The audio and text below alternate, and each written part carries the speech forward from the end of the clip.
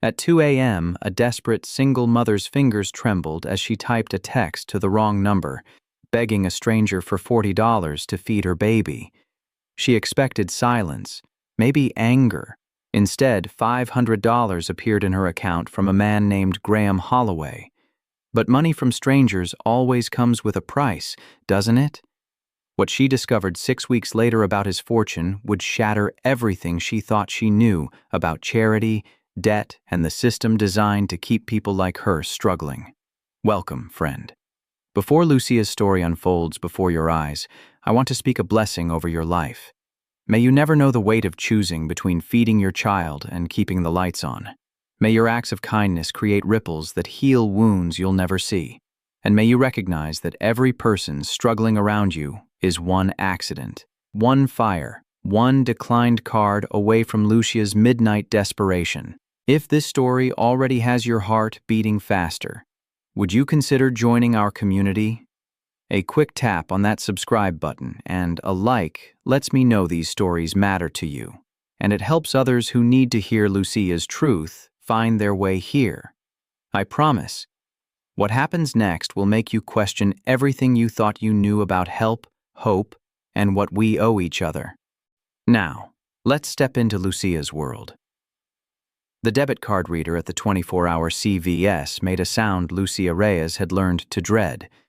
Not a beep, but a flat, dead buzz that meant the magnetic strip had been read, processed, and rejected. The cashier, a tired-looking South Asian woman whose name tag said Priya, didn't look up. She'd seen this before.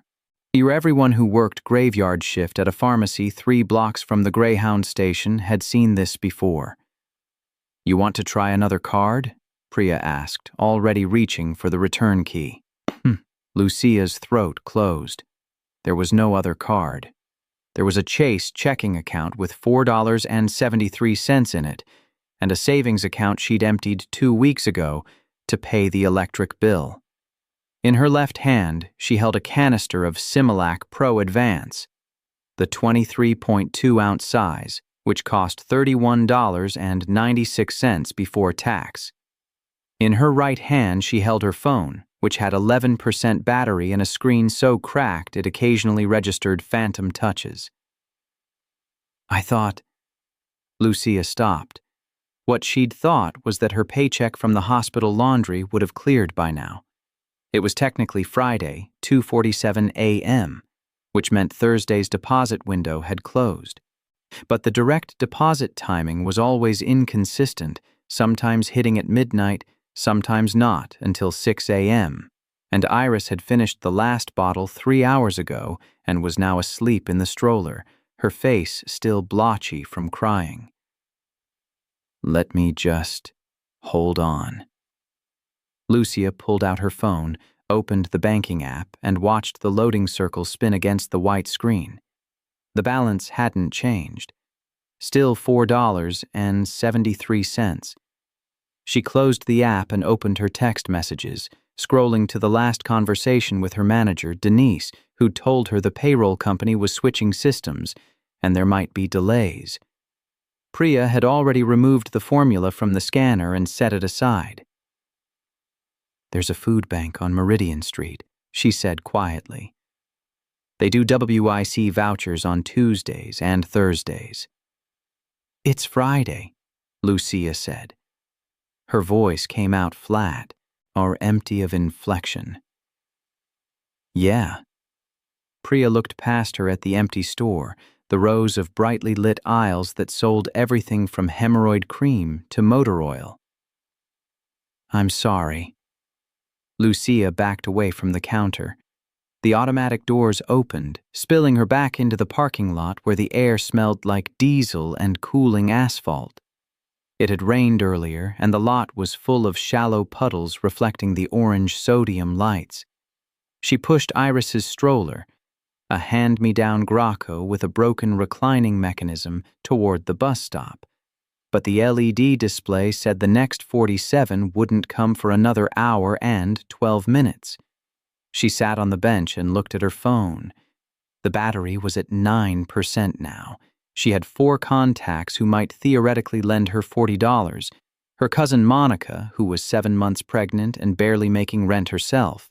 Her former co-worker Shanice, who'd been fired from the hospital for talking back to a supervisor and was now working DoorDash.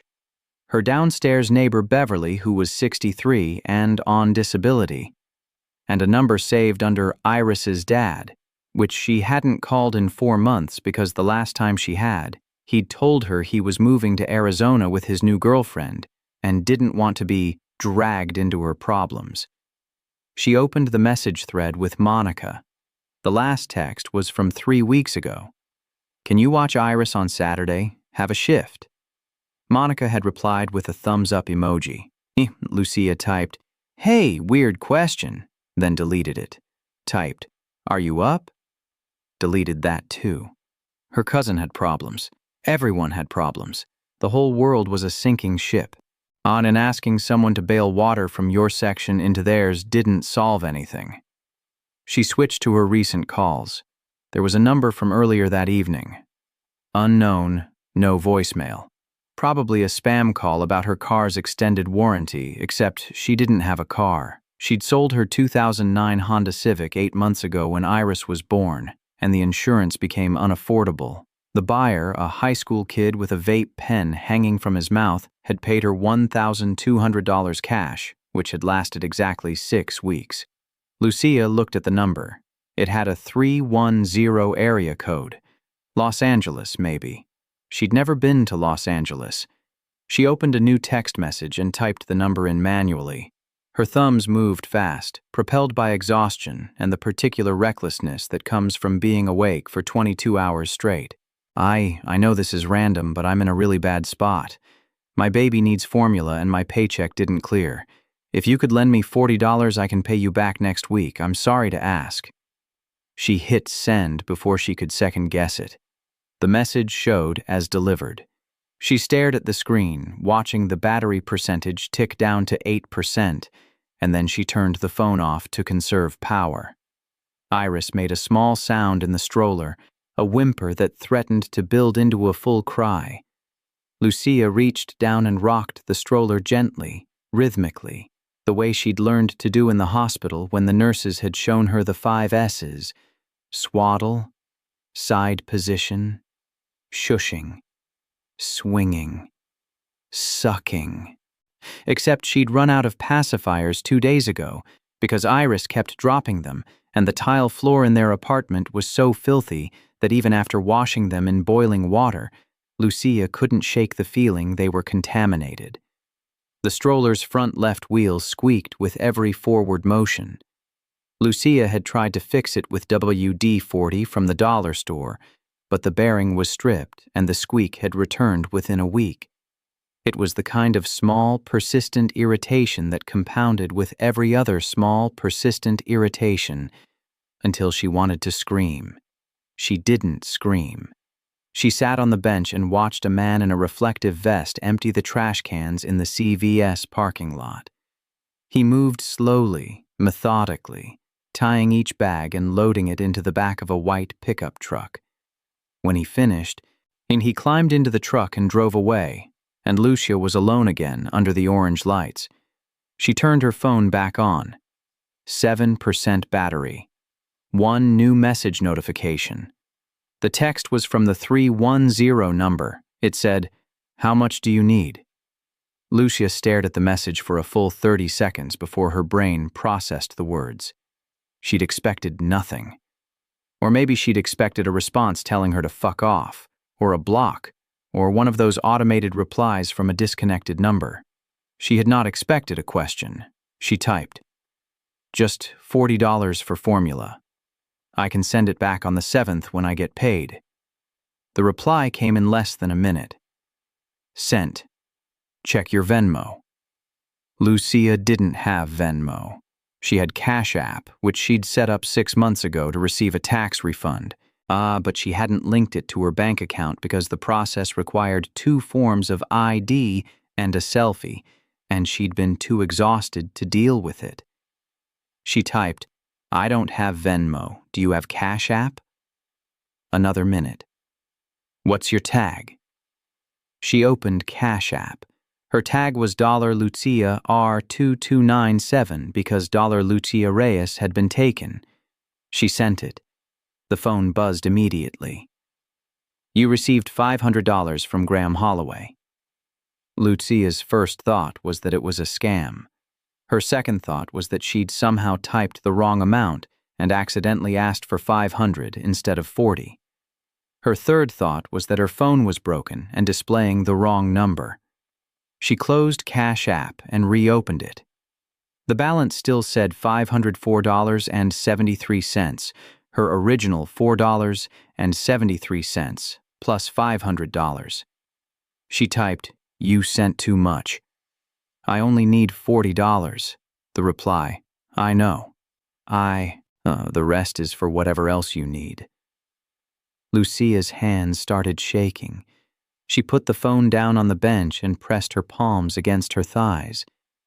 This didn't happen. People didn't just send money to strangers. There was a catch. There was always a catch.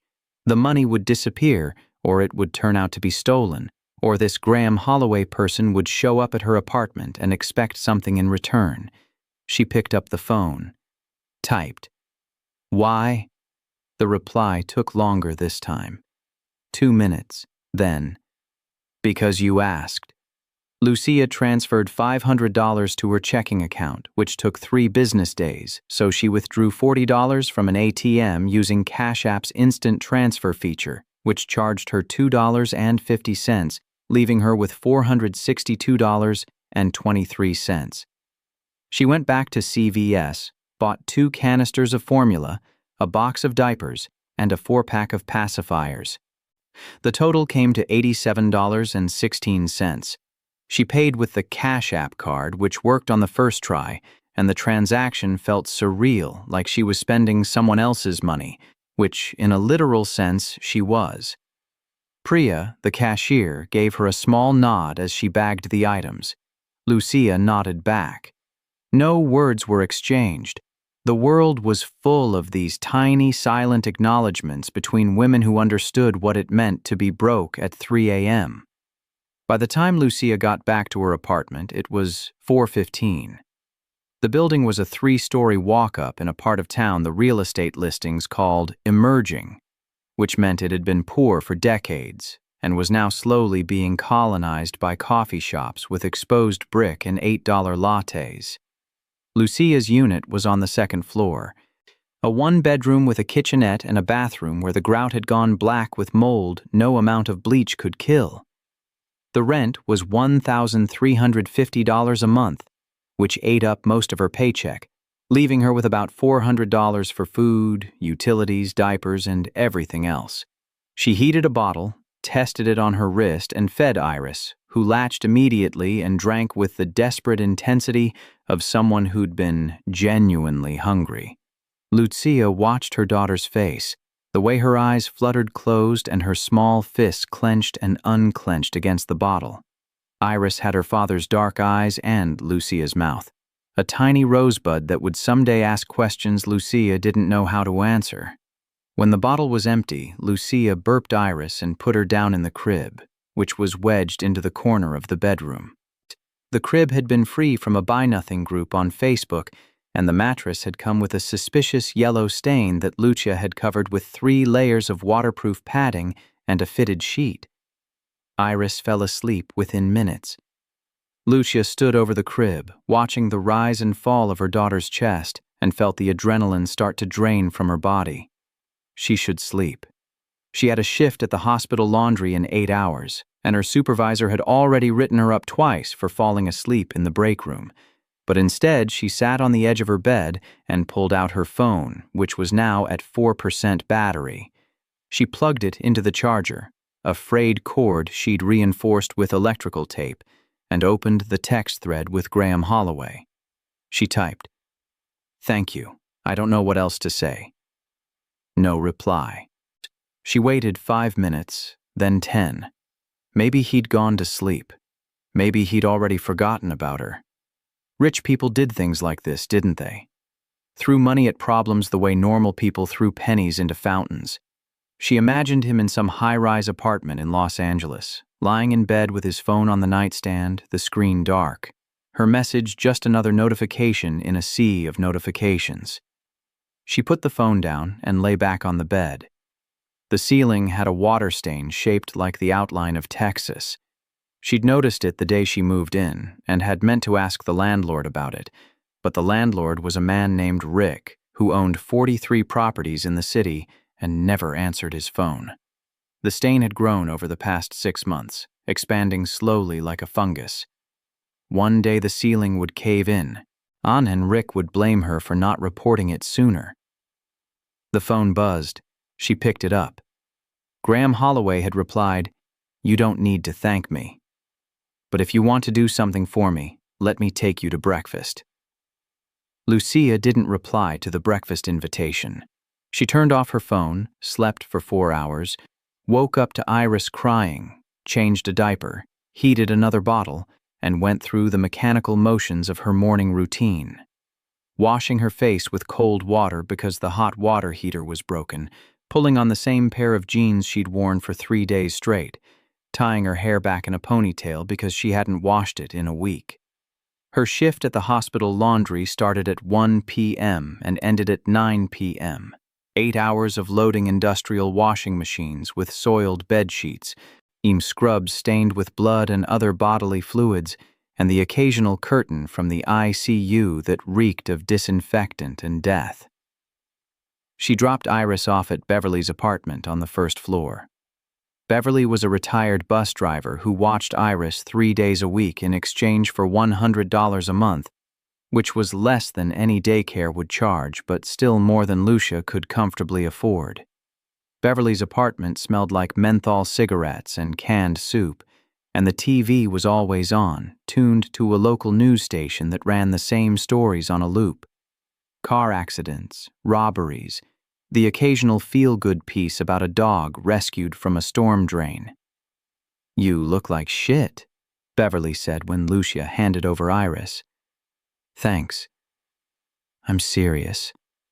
When's the last time you slept?" "I slept this morning." "How long?" 4 hours. Beverly shook her head. She was a heavy-set woman with dyed red hair and a face that had settled into a permanent expression of skepticism. "You're going to give yourself a heart attack. My niece worked herself into the ground like that. 34 years old, dropped dead at a Walmart. Aneurysm. That's encouraging. I'm just saying." Beverly took Iris and shifted her onto one hip. "You got anyone helping you out?" "Family? My cousin sometimes. What about the dad?" Lucia didn't answer. She kissed Iris on the forehead and left. The bus to the hospital took 45 minutes. Lucia sat in the back and watched the city scroll past the window. A check into cash, a Dollar General, a church with a sign that said, "Jesus Saves," in letters so faded they were barely legible. She thought about Graham Holloway's text, "Let me take you to breakfast." It was the kind of thing a man said when he wanted something. In Lucia's experience, men always wanted something. Her ex had wanted sex and someone to clean his apartment and a captive audience for his theories about cryptocurrency. Her former boss at the call center had wanted her to work overtime without pay and laugh at his jokes about immigrants. The hospital administrator who'd interviewed her for the laundry position had wanted her to prove she was reliable by showing up for a trial shift unpaid. But Graham Holloway had already given her money. What else could he want? She pulled out her phone. The message thread was still open. She typed, "Why do you want to have breakfast with me?" Then she deleted it. Typed, "I don't think that's a good idea." Deleted that too. And finally she typed, "When?" and hit send before she could overthink it. His reply came 20 minutes later while she was standing in the hospital laundry room loading a washing machine with surgical gowns. Her phone buzzed in her pocket. She waited until her break to check it. "Tomorrow, 10 a.m. I'll send you an address." She stared at the message. Tomorrow was Saturday. She didn't work Saturdays. Beverly could watch Iris, but 10 a.m. meant she'd have to take the bus, which meant leaving by 9, which meant waking up at 7:30 to get Iris ready.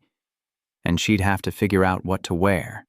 She owned 2 pairs of jeans, both from Target, and a handful of shirts she'd bought from the clearance rack at Marshall's. Nothing appropriate for breakfast with a man who casually sent strangers $500. She typed, "Where?" The reply, "The Ivy. It's in West Hollywood." Lucia had never heard of the Ivy. She Googled it. The first result was a restaurant with white lattice fencing and flowers everywhere, the kind of place where celebrities went to be photographed by paparazzi. The menu didn't list prices, which meant the prices were obscene. She scrolled through images: women in sunglasses and designer handbags, men in linen shirts that probably cost more than her rent. She typed, "I don't have anything to wear to a place like that." His reply, "Wear whatever you want. I'll be in jeans." She didn't believe him. Rich people always said things like that. Dress casual, it's low-key, and then showed up in $300 jeans and handmade Italian shoes. But she typed, "Okay," because what else was she going to say? She needed to know who this person was. But she needed to understand why he'd helped her. And maybe, in some small, shameful corner of her mind, she needed to see what his world looked like. Lucia woke up Saturday morning at 6:45 a.m., an hour before her alarm. She lay in bed and stared at the Texas-shaped water stain on the ceiling and tried to calm the low-grade panic that had been building in her chest since yesterday. She should cancel. She should text Graham Holloway and tell him she'd changed her mind. But the $462.23 in her Cash App account felt like a loan she needed to repay. And the only currency she had was her presence. She got up, fed Iris, and took a shower. The water was lukewarm. The building's hot water heater had been under repair for 3 weeks, and the shower head sputtered with inconsistent pressure. She washed her hair with a generic brand of shampoo that smelled like artificial coconut and left her scalp feeling tight. When she got out, she wiped the fog from the mirror and looked at herself. She was 28, but looked older. There were lines around her eyes, a permanent crease between her eyebrows from squinting at poorly lit laundry machines. Her skin was sallow from too little sleep and too much fluorescent lighting. She'd lost weight since Iris was born. Not the intentional, healthy kind of weight loss, but the kind that came from skipping meals and forgetting to eat until her hands started shaking. She went to her closet. 2 pairs of jeans. One was blue with a rip in the left knee that had started as a fashionable distress and had expanded into an actual structural failure. So the other was black and had a faint bleach stain on the thigh from a mishap at the laundry. She put on the black jeans. For a top, she chose a gray t-shirt she'd bought 3 years ago at an Old Navy sale, then changed her mind and put on a white blouse she'd worn to a job interview once. The blouse had a small coffee stain on the cuff, but she folded the sleeves up to hide it. Shoes were the problem. She owned a pair of white sneakers so scuffed they looked gray, a pair of black flats with the sole coming unglued, and a pair of off-brand Crocs she wore around the apartment. She went with the flats and hoped the glue would hold. By 8:30, she was dressed. She dropped Iris off at Beverly's, caught the 9:02 bus, and rode west toward a part of the city she'd only ever seen from the freeway. The neighborhoods changed gradually. Apartment buildings gave way to houses, chain stores gave way to boutiques, bus stops became less frequent. By the time she got off at the corner of Robertson and Beverly, she was the only person on the bus who wasn't wearing athleisure or carrying a yoga mat. The Ivy was 3 blocks away. Lucia walked slowly, trying to delay the inevitable. The street was lined with palm trees and expensive cars. A woman in a white Mercedes SUV nearly ran her over at a crosswalk, then honked as if Lucia was the one at fault. Lucia kept walking. The restaurant looked exactly like the photos. White lattice, cascading flowers, a patio full of people who looked like they'd never worried about money in their lives. A hostess in all black stood at a podium near the entrance. Lucia approached and said, "I'm meeting someone. Graham Holloway." The hostess smiled with perfect teeth. "Right this way." She was led through the patio to a table in the corner, partially shaded by a potted olive tree. Graham Holloway was already seated. He was older than she'd expected. Early 40s, maybe. With dark hair going gray at the temples and the kind of tan that came from playing tennis or sailing, not from working outside. He wore a plain white t-shirt and jeans, and when he stood to greet her, she noticed his watch. Old, worn, the leather strap cracked, but the watch itself clearly expensive in a way that didn't need to announce itself. "Lucia," he said. His voice was calm, measured, like a person who'd never had to raise it to be heard. "Hi," she sat down. The chair was wrought iron and surprisingly comfortable. "Did you have trouble finding the place?" "No, I took the bus." "From where?" "East Hollywood." He nodded. "That's a long ride." "It's fine." She looked at the menu, which was bound in leather and had no prices. Her stomach clenched. "Order whatever you want," Graham said. "It's on me." "You already gave me $500. "I know. So why are we here?" He leaned back in his chair. "I wanted to meet you." "Why?" "Because I've spent the last 48 hours thinking about your text, and I realized I don't know anything about you except that you have a baby and you're struggling. I thought breakfast might fill in some gaps." A waitress appeared. Young, blonde, effortlessly pretty. She poured water from a glass pitcher and asked if they wanted to start with coffee. Graham ordered an espresso. Lucia ordered black coffee because it was the cheapest thing she could think of, then immediately regretted it because her hands were already shaking from nerves.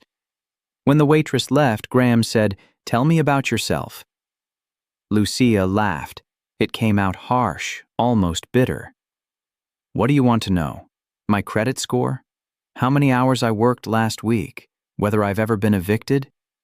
"Whatever you want to tell me." She looked at him. He didn't seem offended.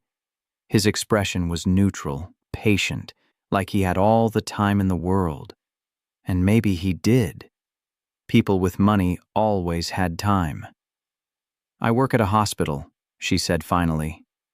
"In the laundry. I have a 6-month-old daughter. Her dad's not in the picture. I live in a 1-bedroom apartment that costs too much and smells like mold. That's pretty much it." "What about before the hospital?" "Call center. Before that, retail. Before that, college for 2 semesters before I ran out of money." "What were you studying?" "Nursing." "Why'd you stop?" "Because I couldn't afford it." She heard the edge in her voice and tried to soften it. "Student loans are a scam. You spend 4 years going into debt and then you spend the next 20 years paying it off. I couldn't do it." Graham nodded. "So you work in a hospital laundry instead." "It pays $16.50 an hour. That's more than retail." "But less than nursing." "Yeah, but I don't have a degree, so it doesn't matter." The waitress returned with their drinks. Graham's espresso came in a tiny white cup. Lucia's coffee was black and steaming. She wrapped her hands around the mug and tried to stop them from shaking. Graham said, "Why did you text me?" Lucia stared at her coffee. "I told you. I needed formula money." "But you didn't know me?" "You sent a random text to a random number." "I thought it was someone else. A friend, maybe. I don't know. I was desperate." "And now?" "Now I'm confused." She looked up at him. "Why did you send me $500? People don't do that." "Some people do." "Rich people, you mean?" "Is that what you think I am?" "You're sitting here in a restaurant where the coffee probably costs $10 a cup." "Yeah, I think you're rich." Graham smiled, and for the first time she saw something human in his face. Fair enough. So why me? Why not someone else? There are thousands of people who need help. Because you asked. He took a sip of his espresso. I get a lot of messages, fundraisers, charities, people asking for money. Most of them don't feel real. They're impersonal.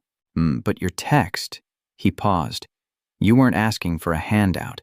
You were asking for a loan. You said you'd pay me back. That felt real. Lucia didn't know what to say. The coffee was too hot to drink, so she just held the mug and waited. Graham said, I want to help you. Not just with money, with everything. Why? Because I can. That's not an answer. It's the only answer I have. The waitress came back. Graham ordered the Eggs Benedict. Lucia ordered the cheapest thing on the menu, a fruit plate, and immediately regretted it because she was actually hungry and fruit wouldn't be enough. But it was too late. The waitress was already gone. Graham said, I'm serious. If you need help, childcare, a better job, an apartment that doesn't smell like mold, I can make that happen. And what do you want in return? Nothing. Bullshit. He didn't flinch. I know how it sounds, but I'm not asking for anything.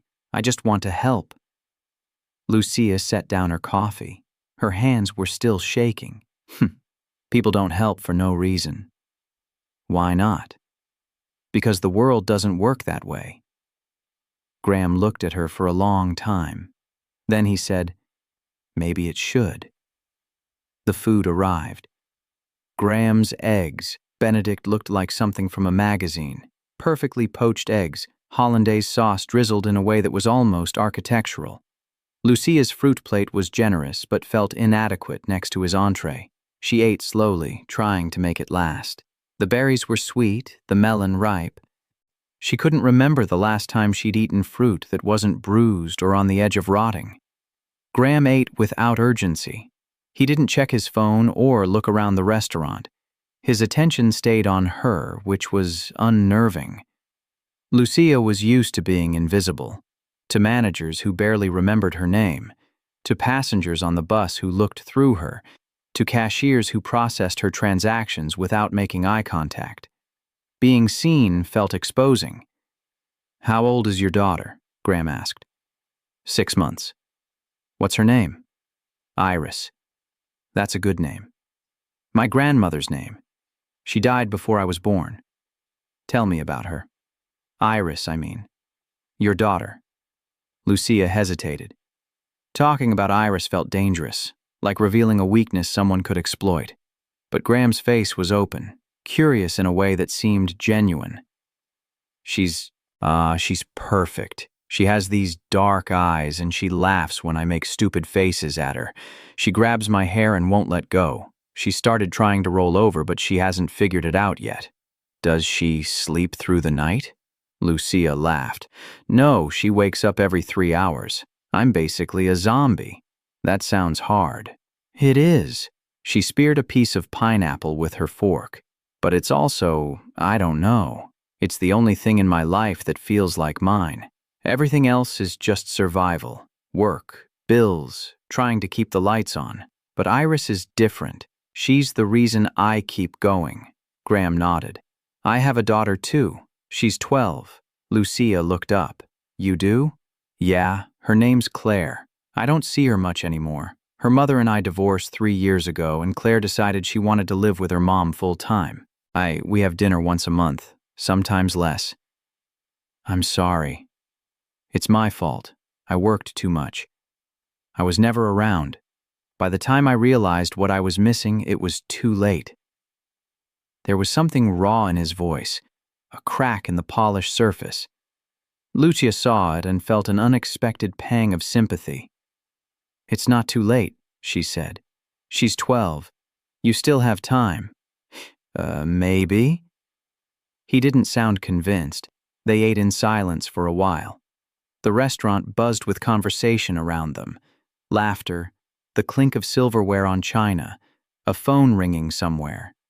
Lucia watched a woman at a nearby table take photos of her avocado toast, angling her phone to catch the light just right.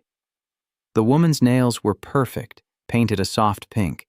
Lucia's nails were chewed down to the quick. Graham finished his eggs and set down his fork. I meant what I said. I want to help you. Not because I expect anything in return, but because I think you deserve better than what you have.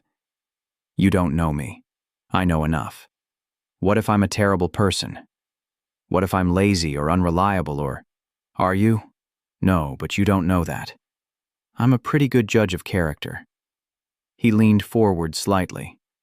You texted a stranger at 2 a.m. because your baby needed formula and you didn't have any other options.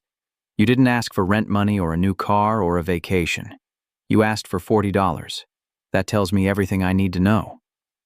Lucia felt her throat tighten. She looked down at her plate, at the half-eaten fruit, and tried to keep her voice steady. What do you want me to say? Say yes. Let me help you. And then what? You buy me a new apartment and a new life. And I'm supposed to be grateful? I'm supposed to feel like I owe you? You don't owe me anything. That's not how it works. When people give you things, they own a piece of you. That's how the world works. Graham was quiet for a moment. Then he said, My father died when I was 19. He left my mother with nothing. No life insurance, no savings, just debt. She worked 2 jobs to keep us afloat, and even then we were always behind. I watched her destroy herself trying to make ends meet. When I made my first real money, I tried to help her. I offered to pay off her mortgage, buy her a car, whatever she needed. You know what she said? Lucia shook her head. She said, I don't want your charity. She was so proud, so determined to do everything herself that she wouldn't let me help her, and I watched her keep struggling. I keep suffering because she thought accepting help meant admitting defeat. He paused. She died 4 years ago. Heart attack. She was 61. Lucia didn't know what to say.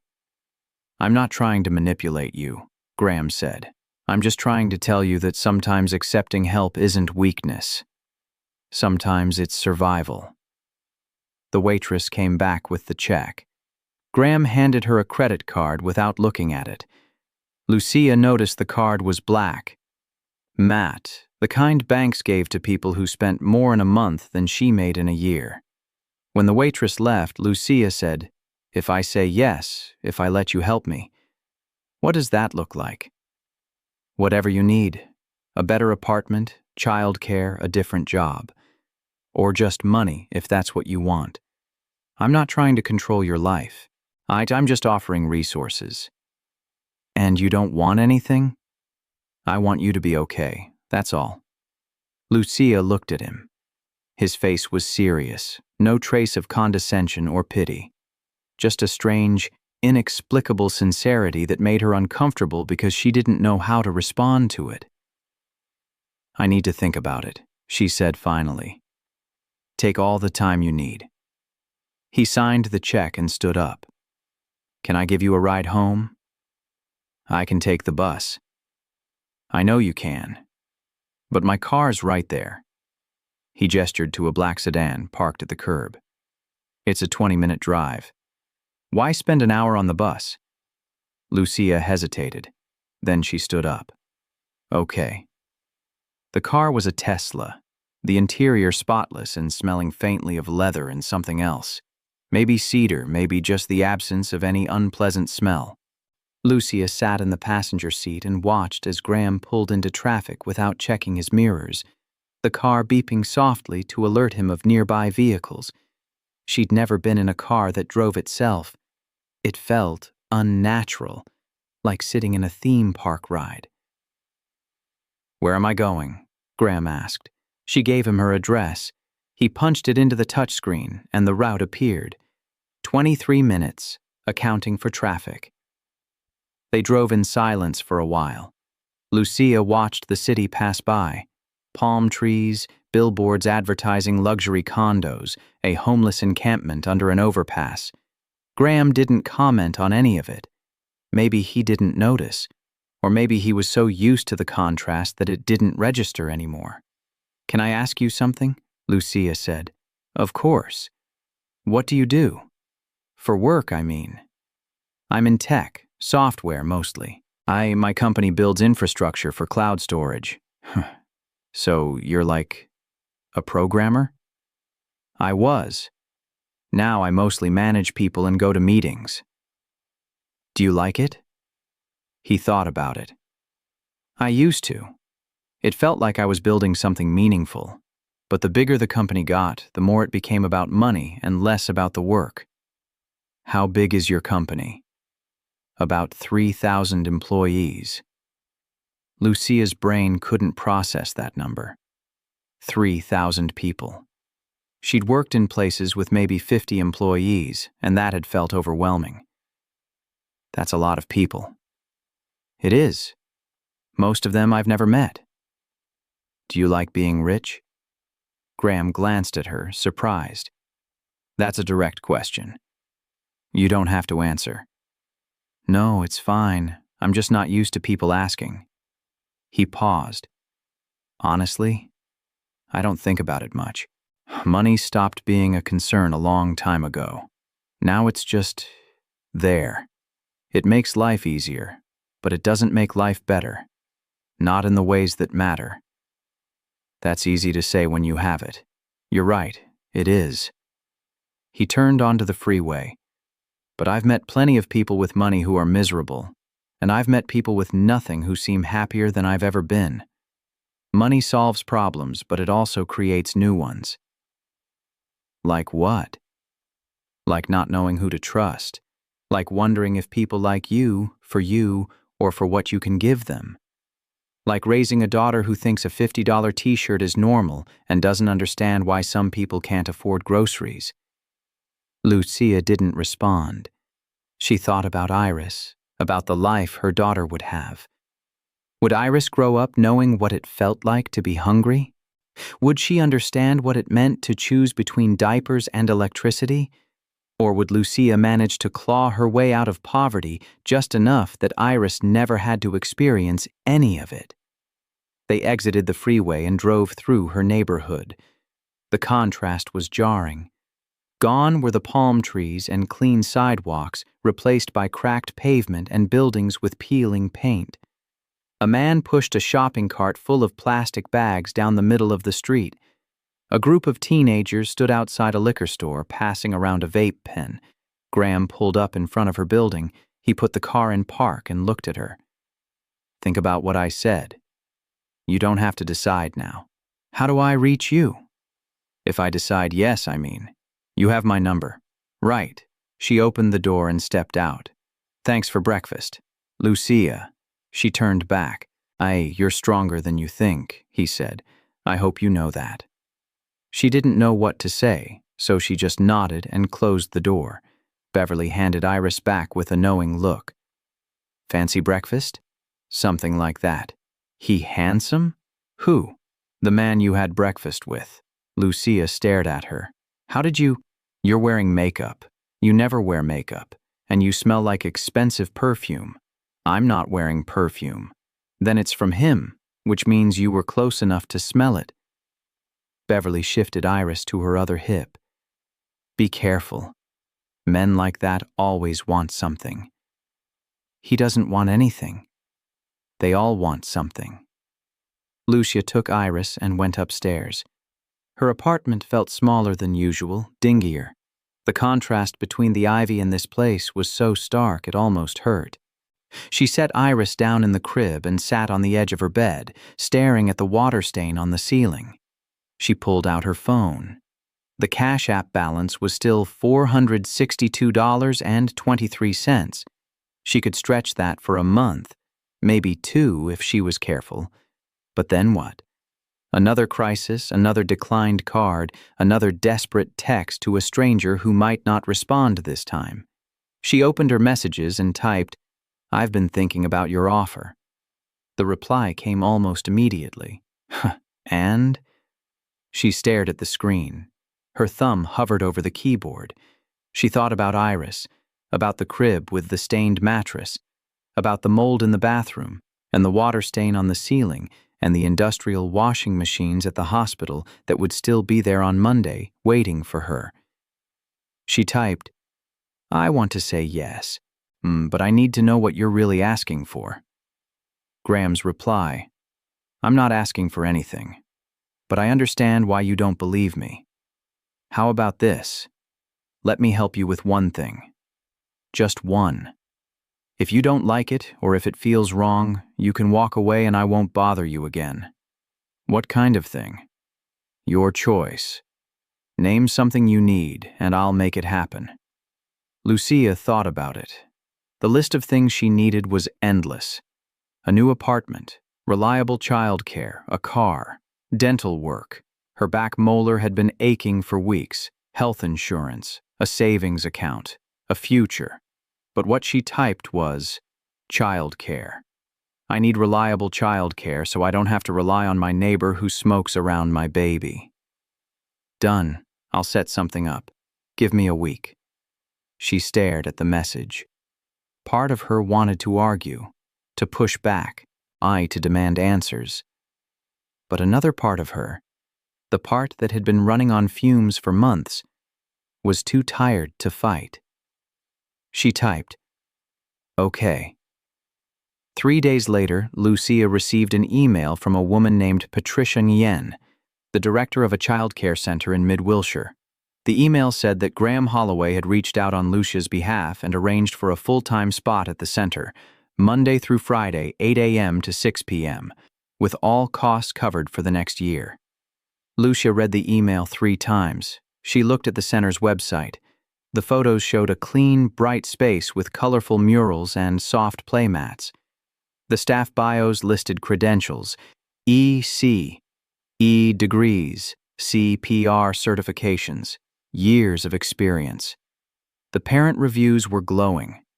One parent wrote, "My daughter has thrived here. The teachers are attentive. The curriculum is engaging. I never worry about her safety." Lucia called the number listed in the email. Patricia answered on the second ring. "Hi, this is Lucia Reyes. I received an email from you about childcare for my daughter." "Yes, Lucia. I'm so glad you called. Graham told me about your situation. We'd love to have Iris here. Can you come by for a tour?" Yes. When?" "How about tomorrow? Say, 10 a.m.? That works? Great. I'll send you the address. See you then." Lucia hung up and stared at her phone. This was real. Graham had actually done it. She wanted to feel relieved, but all she felt was a creeping sense of obligation. He'd given her $500, bought her breakfast, and now arranged childcare for a year.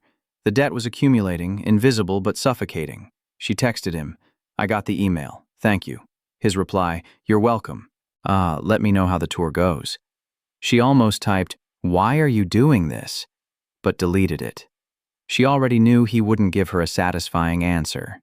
The child care center was in a converted house with a fenced yard and a mural of animals on the front wall.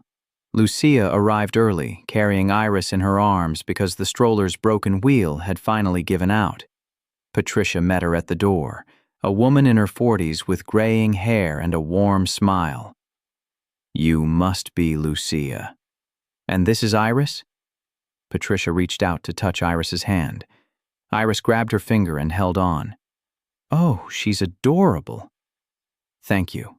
Patricia led her inside. The center was everything the photos had promised. Clean, bright, filled with toys and books and soft surfaces. There were 6 other children present, ranging from infants to toddlers, all engaged in various activities. A young woman sat on the floor with 2 babies, showing them a cloth book. Another teacher supervised 3 toddlers as they stacked blocks. "We keep our ratios low," Patricia explained. 1 teacher for every 4 children. For infants, it's 1 to 3. We follow a play-based curriculum, which means lots of sensory exploration, music, and movement. We also do daily outdoor time, weather permitting. Lucia nodded. She was trying to find something wrong with the place, some red flag that would justify her discomfort, but everything seemed perfect. Graham mentioned you work at the hospital, Patricia said. What are your hours? 1 to 9 p.m., 3 days a week, sometimes 4. And the other days, I'm home with Iris.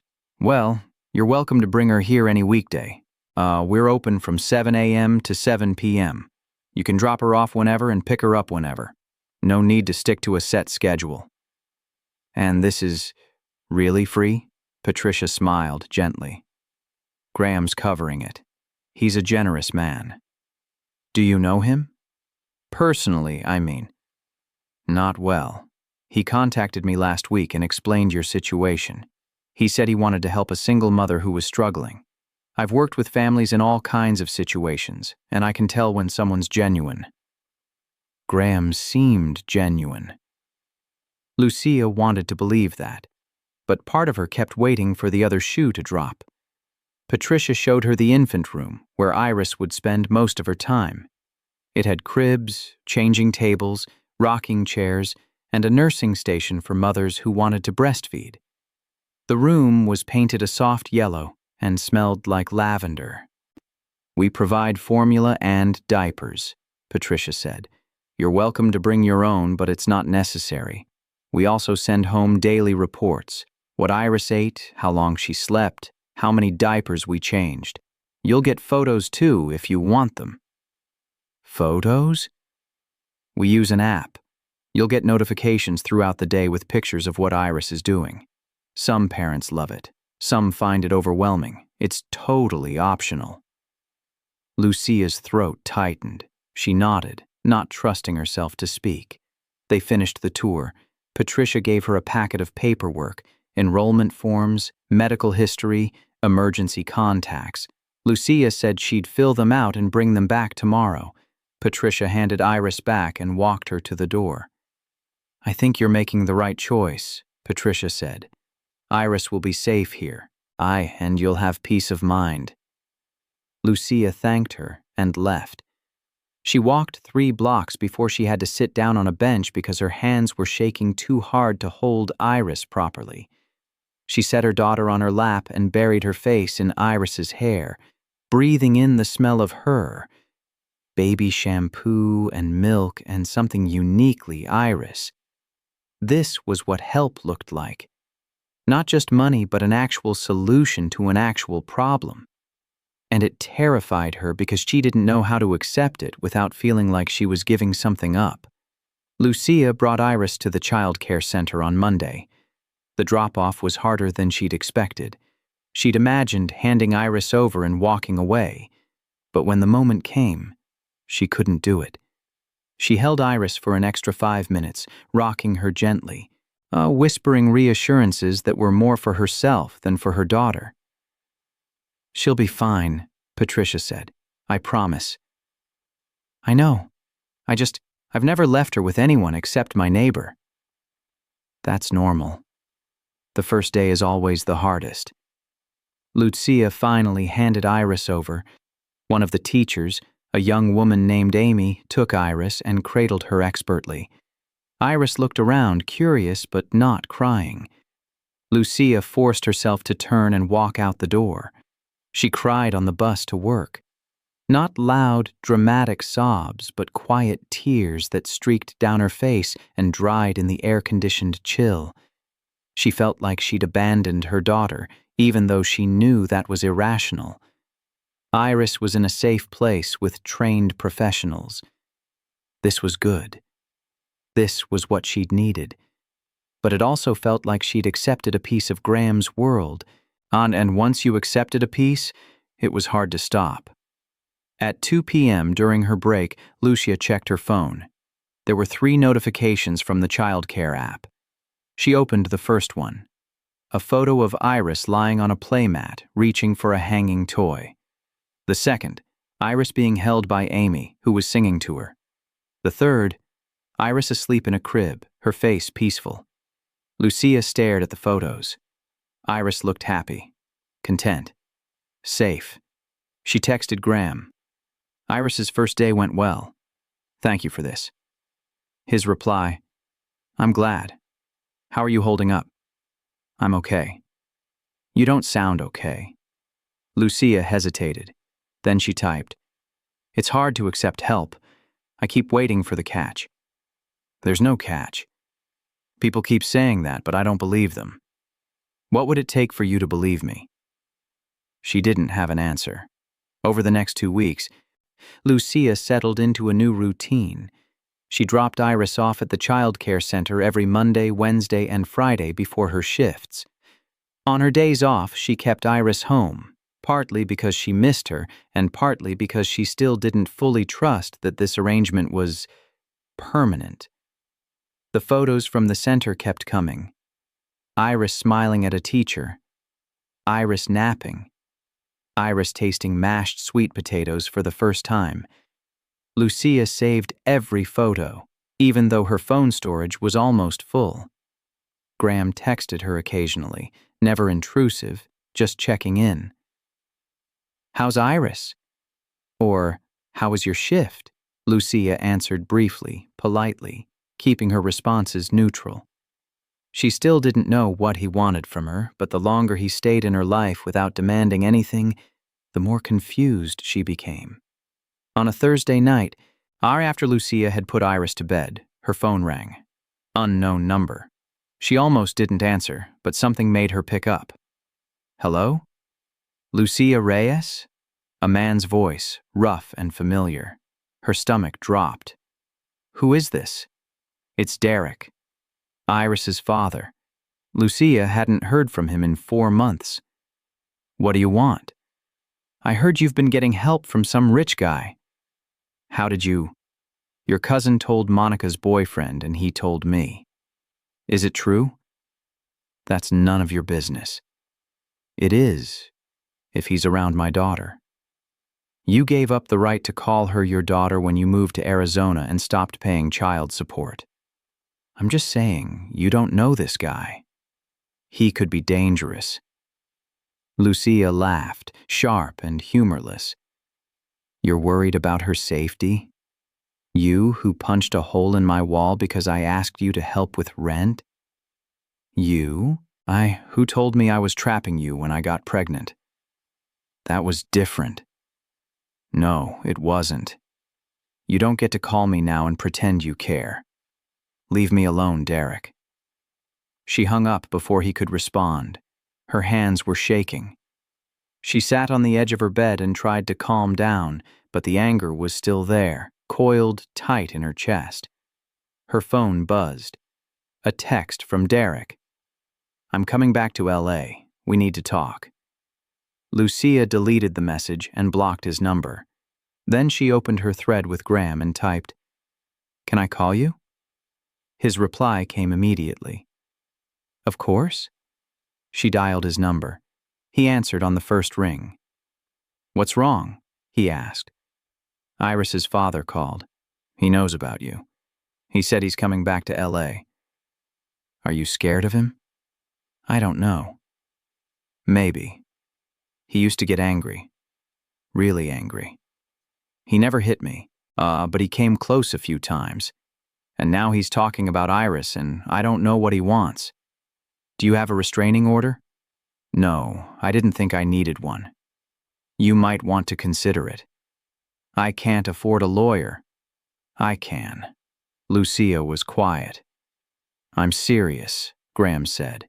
"If he's threatening you, or if you think he might try to take Iris, we can get a restraining order. I'll cover the costs." "Why do you keep doing this?" "Doing what?"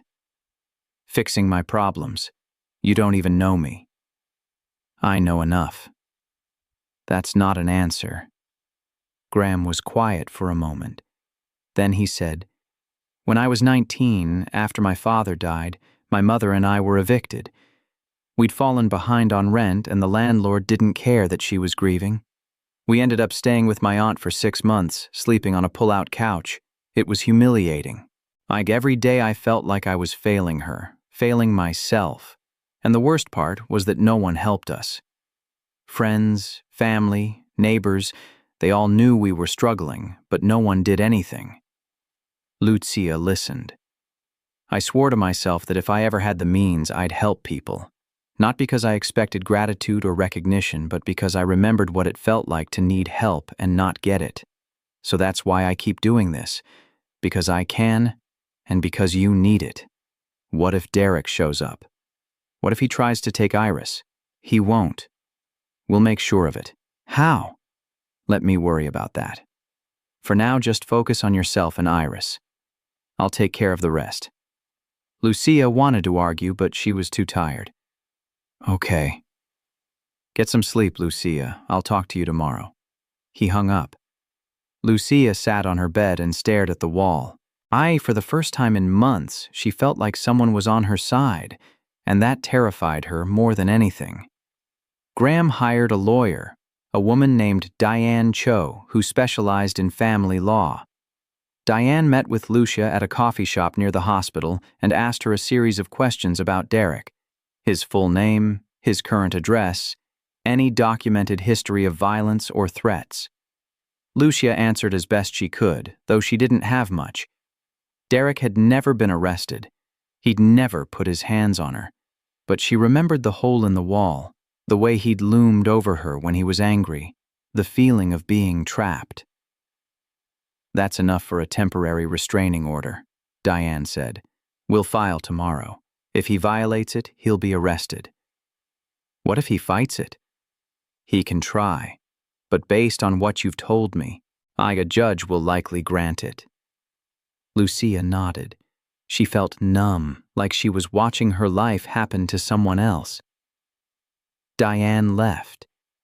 Lucia sat in the coffee shop for another 20 minutes, nursing a cup of black coffee she couldn't afford but had ordered anyway out of politeness.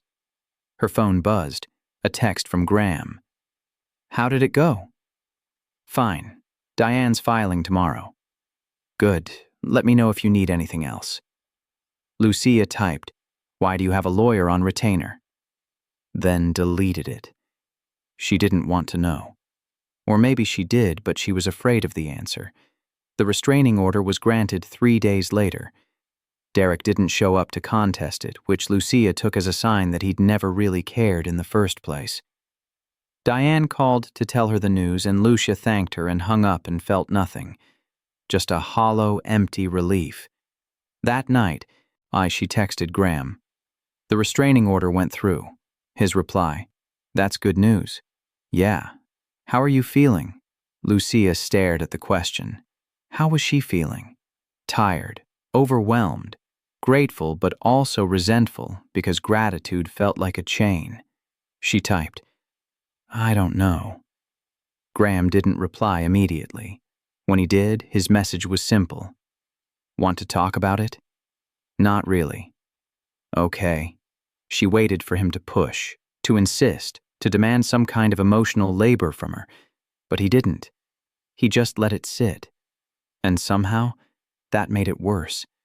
2 weeks passed. Lucia fell into a rhythm. Work, childcare drop-offs, sleepless nights with Iris. The $462 in her Cash App dwindled to $200, then $100, then $50. She didn't ask Graham for more money. She told herself she could manage. She always managed. But then the hospital cut her hours. Budget issues, her manager said. Nothing personal, just temporary. Lucia's shifts went from 3 days a week to 2, and her paycheck shrank accordingly. She did the math in her head. Rent, utilities, groceries, diapers. Even with the childcare covered, she was $300 short. She sat in the break room during her shift, staring at her phone, trying to figure out what to do. She could ask Monica for a loan, but Monica was broke. She could pick up extra shifts somewhere else, but where? Retail? Fast food? She was already exhausted. Her phone buzzed. A text from Graham. I haven't heard from you in a while. Everything okay? She typed, I'm fine, then deleted it. Typed, my hours got cut, then deleted that too. Finally, she just sent, yeah. His reply, you don't sound fine. I'm managing. Lucia. She stared at his message. One word. On her name, and somehow it felt like he could see right through her. She typed, the hospital cut my hours. I'm short on rent. How much do you need? I can figure it out. How much? She hesitated. Then, $300. Done. Check your Cash App. She opened the app. $300 had appeared in her account. She closed her eyes and felt the weight of it. Not the money, but the obligation. The invisible debt that kept growing. She typed, I can't keep taking your money. Why not? Because I can't pay you back. I'm not asking you to. Then what are you asking? His reply took a long time. When it came, it said, I'm asking you to let me help. That's all. Lucia didn't respond. She put her phone away and went back to work, loading industrial washing machines with blood-stained scrubs and trying not to think about the fact that her life was now in the hands of a man she barely knew. On a Tuesday in late March, Lucia's apartment building caught fire. She wasn't home when it happened. She was at work, standing in front of a washing machine that had jammed mid-cycle, water pooling on the concrete floor, when her phone rang. Unknown number. She almost didn't answer, but something made her pick up. Is this Lucia Reyes? A woman's voice, official sounding. Yes. This is Captain Maritza Cordero with the Los Angeles Fire Department. There's been a fire at 1847 Hobart Boulevard. You're listed as a resident of Unit 2B. Are you at the location? Lucia's heart stopped. No, I'm at work. Is anyone hurt? No casualties. The fire started in a unit on the 3rd floor. We've evacuated the building. You won't be able to return tonight. Possibly not for several days. What about my things? We won't know the extent of the damage until we complete our assessment. Do you have somewhere you can stay? Lucia's mind went blank. Yes, I'll figure it out. She hung up. Her hands were shaking so badly she could barely hold the phone. She called the child care center. Patricia answered. Patricia, it's Lucia. There's been a fire at my apartment. I need to pick up Iris early. Is that okay? Of course. Are you all right? I don't know. Take your time. Iris is fine here. Lucia clocked out without telling her supervisor, which would probably get her written up, but she didn't care. She took the bus to Hobart Boulevard and got off 3 blocks early because the street was closed. Fire trucks lined the road, their lights still flashing. A crowd of residents stood on the sidewalk, some wrapped in blankets, others just staring at the building. Lucia pushed through the crowd. The building's facade was blackened with smoke. Water dripped from the 3rd floor windows. A firefighter stopped her before she could get too close. You can't go in, ma'am. I live here. Unit 2B. The building's not safe. We'll let you know when you can retrieve your belongings. When? Could be a few days, could be longer. Lucia looked past him at the building. Her apartment was on the 2nd floor. The windows weren't broken, but smoke damage could mean everything inside was ruined.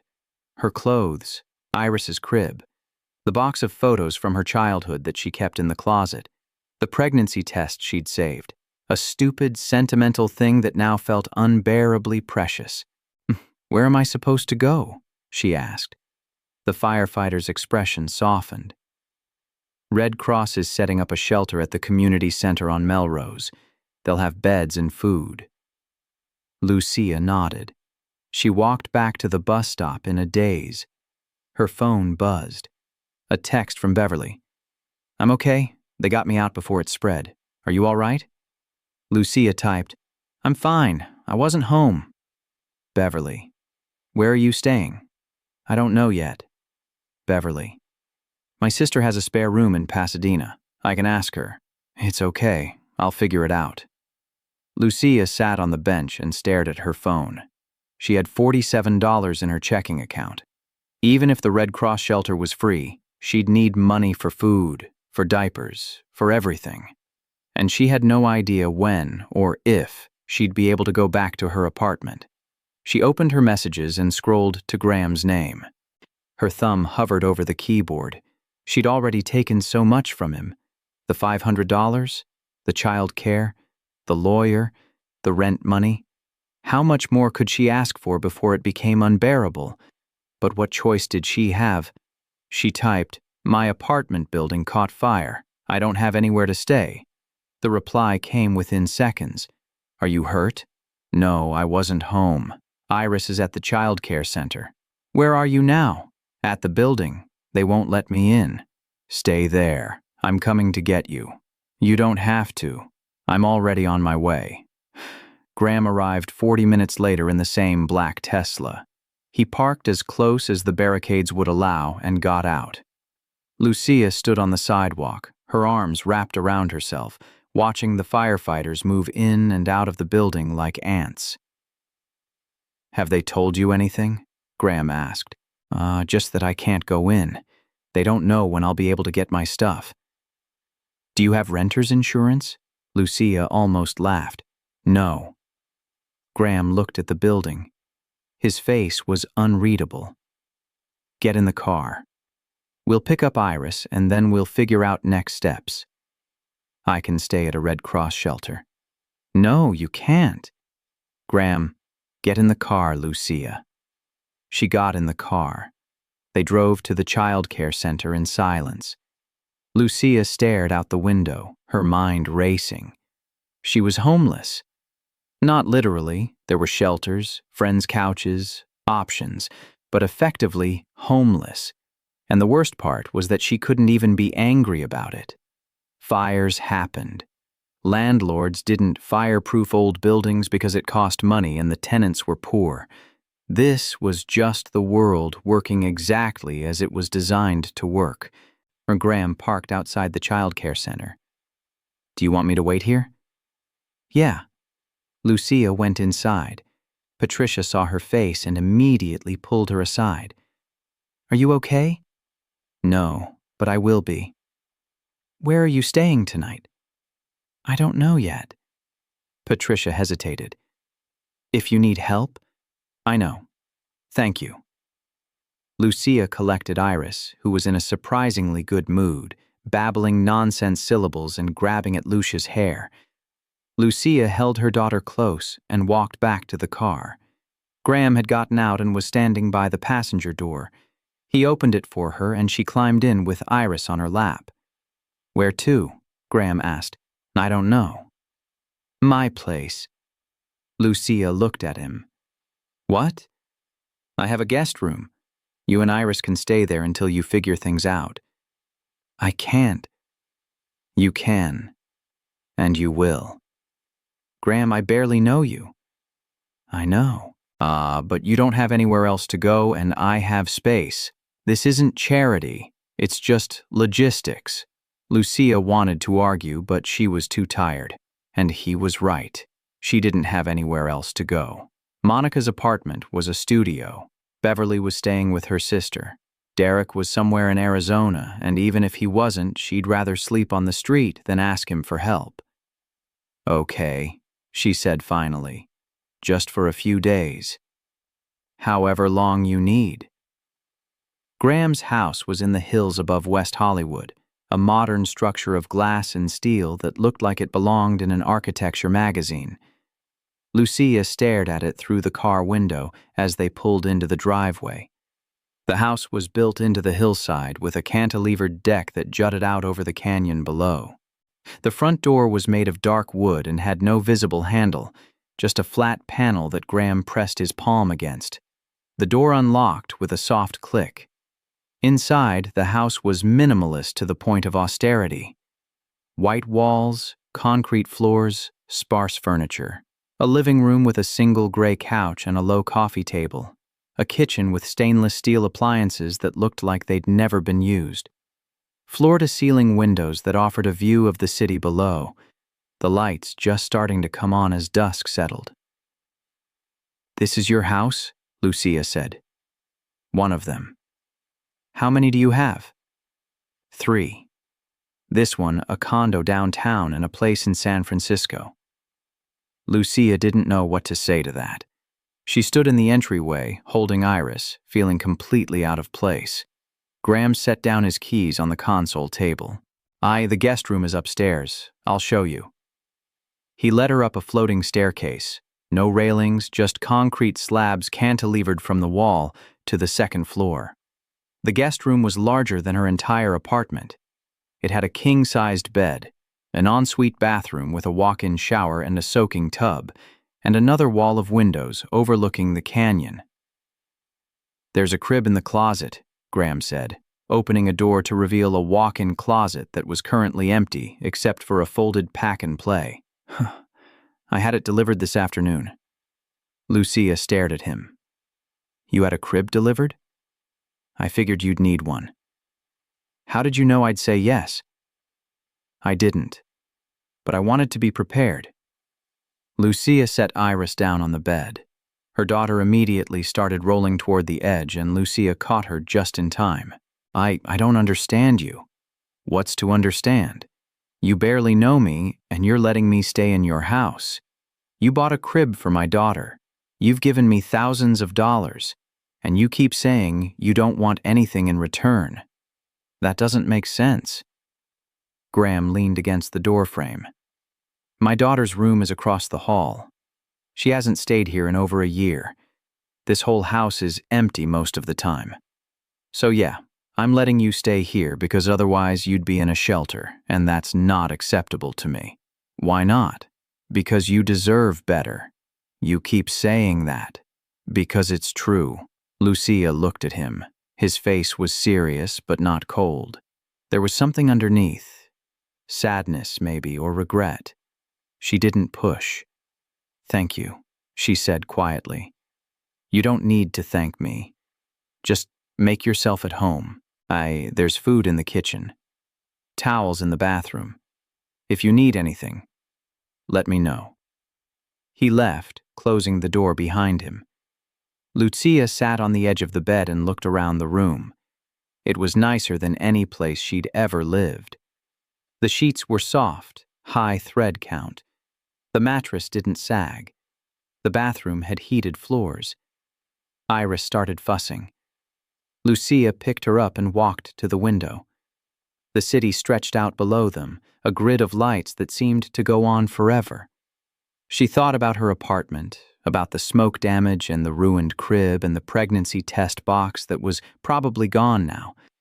She thought about Derek, about the restraining order, about the lawyer Graham had paid for. She thought about the child care center and the $500 and the rent money and all the ways her life had become entangled with his. And she realized that she'd crossed a line. She wasn't just accepting help anymore. She was living in his house. She was dependent on him in a way that felt dangerous, but she was also exhausted. And Iris needed a safe place to sleep. And for tonight at least, this was enough. Lucia woke up at 3 a.m. to Iris crying. She stumbled out of bed, disoriented by the unfamiliar room, and picked up her daughter. Iris was hungry. Lucia had a bottle of formula in her bag. She always kept one prepared, and she heated it in the microwave in the guest room's mini kitchen, a feature she hadn't even noticed the night before. She fed Iris in the dark, sitting in an armchair by the window. The city lights were still on, a constellation of artificial stars. She thought about her apartment, about whether anything was salvageable. Her clothes, probably not. Like Iris's clothes, maybe. The photos. She hoped the box had been in a drawer, protected from smoke, but she wouldn't know until the fire department let her back in. When Iris finished the bottle, Lucia burped her and put her back in the pack-and-play. She tried to go back to sleep, but her mind was racing. She kept thinking about Graham's daughter, Claire. The room across the hall that hadn't been used in over a year. What had happened between them? Why didn't Claire visit? Lucia got up and opened the door. The hallway was dark except for a faint glow from downstairs. She walked quietly to the staircase and looked down. Graham was sitting on the couch in the living room, his laptop open, the screen casting a blue light on his face. She almost went back to her room, but something made her descend the stairs. He looked up as she approached. "Can't sleep?" he asked. Iris woke up. "I fed her, but now I'm wired." "Want some tea?" "I was about to make some." "Okay." She followed him into the kitchen. He filled a kettle and set it on the stove. The kitchen was absurdly clean. Not a dish in the sink. Not a crumb on the counter. Lucia wondered if he had a housekeeper. Of course he did. "What were you working on?" she asked. "Email. It never stops." "Even at 3 a.m.? Especially at 3 a.m. That's when the East Coast wakes up." The kettle whistled. Graham poured water into 2 mugs and added tea bags. He handed one to Lucia. She wrapped her hands around it and felt the warmth seep into her palms.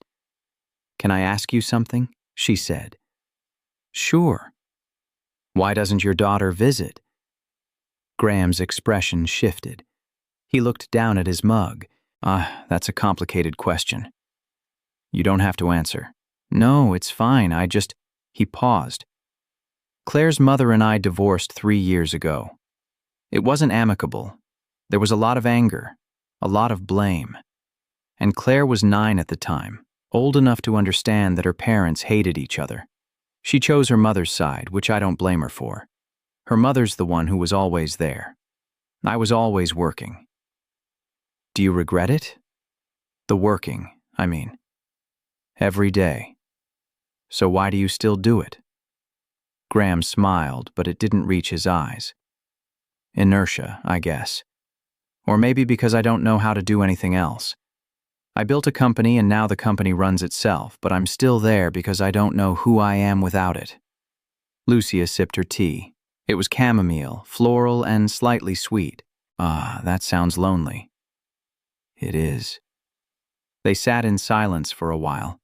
Lucia looked around the kitchen, at the gleaming appliances and the marble countertops and the total absence of anything personal. No photos, no magnets on the fridge, no clutter. It was a kitchen designed to be looked at, not lived in. "Can I ask you something?" Graham said. "Sure." "Why did you text me?" "That first night, I mean. You said it was a wrong number, but you must have typed it in manually. Why?" Lucia thought about it. "Honestly? I don't remember. I was exhausted. I'd been awake for 22 hours. Iris was crying and I was out of formula and I needed help. And I scrolled through my recent calls and I saw your number and I thought maybe you were someone I knew, or maybe I didn't think at all, I just acted. Do you regret it? I don't know. Sometimes I think my life would be simpler if I hadn't texted you. But then I think about Iris and the childcare and the fact that I'm not sleeping in a shelter right now and I don't know what to feel." "You don't have to feel grateful." "Everyone keeps saying that, but I do feel grateful. And I hate it. Because gratitude feels like a debt and I don't know how to pay it back." Graham set down his mug. "You don't owe me anything, Lucia. I know you don't believe that, but it's true. I'm helping you because I want to, not because I expect something in return." "But why? Why do you care about me?" "I don't know. Maybe because you remind me of my mother. Or maybe because helping you makes me feel like I'm doing something that matters. I spent 20 years building a company that makes rich people richer, and I'm tired of it. I want to do something real." "So I'm your charity project?" "No. You're a person who needed help, and I had the means to give it, that's all." Lucia looked at him. His face was open, vulnerable in a way she hadn't seen before. She wanted to believe him, but belief felt dangerous. "I should get back to Iris," she said. "Yeah, get some sleep." She stood up and walked to the stairs. Then she stopped and turned back. "Graham?" "Yeah?" "Thank you. For everything." He nodded. "You're welcome." The next morning, Graham made breakfast. Lucia came downstairs with Iris on her hip and found him in the kitchen, cracking eggs into a pan.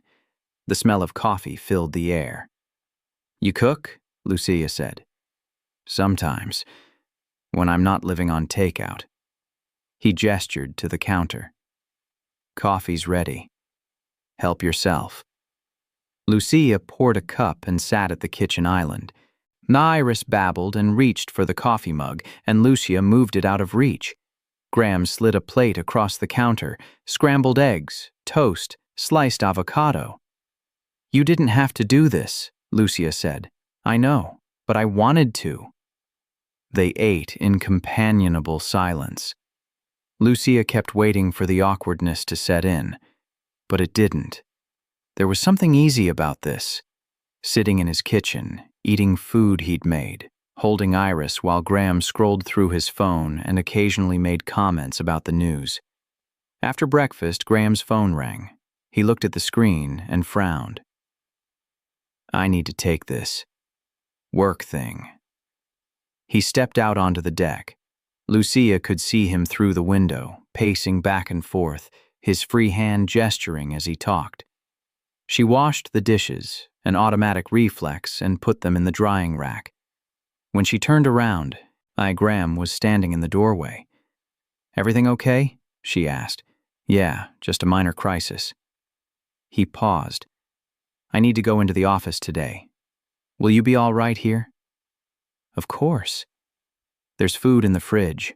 Wi-Fi password is on the counter. If you need anything, call me. I will. He left. Lucia heard the front door close, the sound of his car starting, and then silence. She was alone in a house that cost more than she'd earn in a lifetime. Lucia spent the day exploring the house. Not snooping exactly, but looking. The living room had a sound system with speakers embedded in the walls. The bathroom had a shower with 6 different jets and a control panel that looked like it belonged on a spaceship. The closet in the guest room had hangers made of wood, not wire. Claire's room was across the hall. Lucia stood outside the door for a long time before she opened it. The room was frozen in time. A twin bed with a purple comforter, posters of boy bands and animated movies, a bookshelf full of middle-grade novels, Harry Potter, Percy Jackson, The Hunger Games. A desk with a cup of pencils and a stack of notebooks. Everything was clean, dust-free, like someone came in regularly to maintain it, even though no one lived there. Lucia sat on the edge of the bed. She thought about Claire, about a 12-year-old girl who'd chosen her mother over her father. She thought about Iris, about what kind of person her daughter would become. Would Iris resent her someday for being poor? For working too much? For not being enough? Her phone rang. She looked at the screen. Fire department. Hello? Ms. Reyes, this is Captain Cordero. We've completed our assessment of the building. Your unit sustained moderate smoke damage, but the structure is intact. You'll be able to retrieve your belongings starting tomorrow. What about the building? Can I move back in? The landlord is assessing repairs. It could be a few weeks before the building is habitable again. I'd recommend finding temporary housing in the meantime. Temporary housing? Lucia almost laughed. Okay, thank you. She hung up and stared at the wall. A few weeks, maybe longer. And even if the building was repaired, would she want to go back? To the mold and the water stain and the broken hot water heater? Her phone buzzed. A text from Graham. How's your day going? She typed. Fire department called. I can get my stuff tomorrow. Aye, but the building won't be ready for a few weeks. His reply. Then you'll stay here. Graham. We'll talk about it when I get home. For now, just relax. Relax. Like it was that simple. Graham came home at 7 p.m., carrying takeout from a Thai restaurant. They ate on the deck, watching the sun set over the city. Iris sat in a portable high chair Graham had produced from somewhere, another thing he'd apparently bought in anticipation of Lucia's needs. I've been thinking, Graham said, twirling pad thai around his fork. You should stay here as long as you need. Not just a few weeks, however long it takes for you to get back on your feet. I can't do that. Why not? Because it's your house. It's a house I barely use. Claire doesn't visit. I work 70 hours a week. Most nights I sleep at the downtown condo because it's closer to the office.